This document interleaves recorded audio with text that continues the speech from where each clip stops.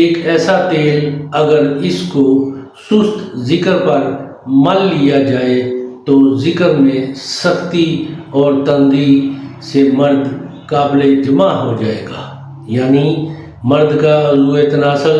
چاہے کتنا بھی کمزور، سست، ڈھیلا ہو چکا ہو، اس تیل کو اپنے عضو تناسل پر اچھی طرح مل لے، یعنی اچھی طرح اس کی مالش کر لے گا تو نفس میں بے حد سختی اور تندی پیدا ہوگی کہ وہ جماع یعنی مباشرت بہت اچھے طریقے سے کرنے کے قابل ہو جاتا ہے۔ نسخہ نوٹ کر لیں: تخم اٹنگن، جند، بے دستر، ہینگ،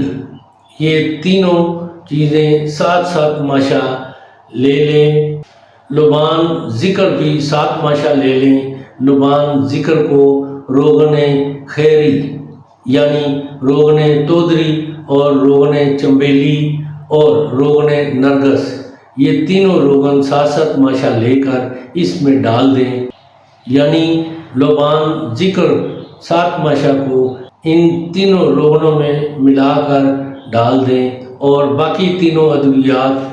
تخم اٹنگن، جند، بے دستر اور ہینگ کو باریک پیس کر ان روغنوں میں ڈال دیں اور کسی شیشے کی بوتل میں ڈال کر منہ کو خوب اچھی طرح ڈھکن سے بند کر دیں۔